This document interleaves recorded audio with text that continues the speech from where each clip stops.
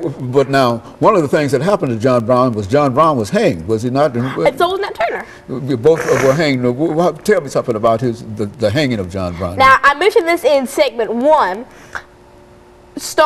Future Confederate General Stonewall Jackson and John Wilkes Booth, the man who assassinated Abraham Lincoln, President Abraham Lincoln, were both present at his execution.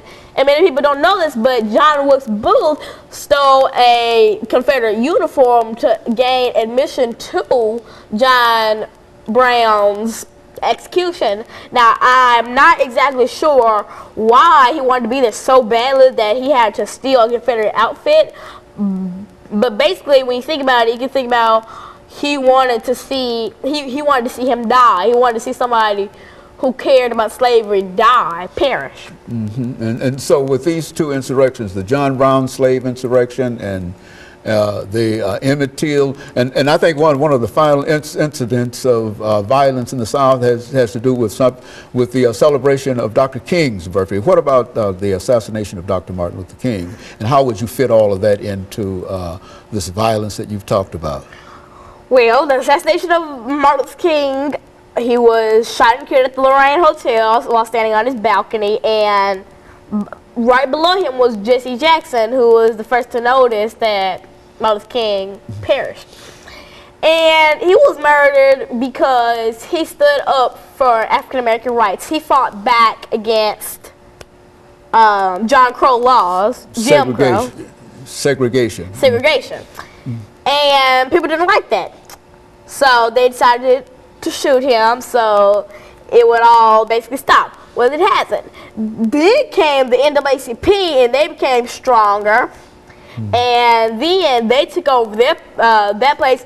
And the NAACP represents Dr. King and his peaceful way of getting things over with, having rights for African Americans. Now, the Black Panthers, they fought with violence, and another thing that I think many people may know is that Tupac Shakur and his mother and grandmother were all a part of the Black Panther Society, and they fought for rights with anger. They did not fight in peaceful ways.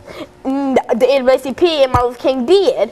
Now, the Black Panther Society represents Martin Luther King, and that's how that went along. And so you've got all of this violence, and in the end, over the last minute that we have here, what would you say to young people in terms of all the things that you've said today about violence? How would you... I would say stop gun violence. I mean, who is it helping?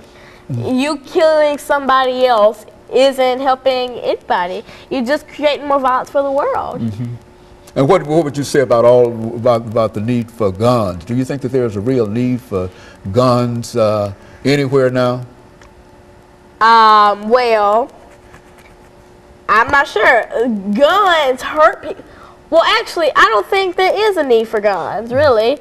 I mean, now people say there is a need for guns, but what about protection? Now, you'd have to live in a perfect world that have to have no guns, no anything, no crime, but there's always going to be guns around, and no matter how much people try to stop it, it's up to today's generation to stop it. And so you think that there's a real need on the part of people today to sort of come together and move against violence, and in a real sense, as Dr. Martin Luther King said, to love one another. You think that there's a need for that today, and you stand as an advocate for that kind of understanding. Is that what you're telling me as we enter the last 30 seconds of this show today? I do. You believe that and that people should be warm and wonderful toward one another and move away from violence, gun violence. Hug each other, hug your neighbor, love your neighbor, love everybody. What's the problem with that?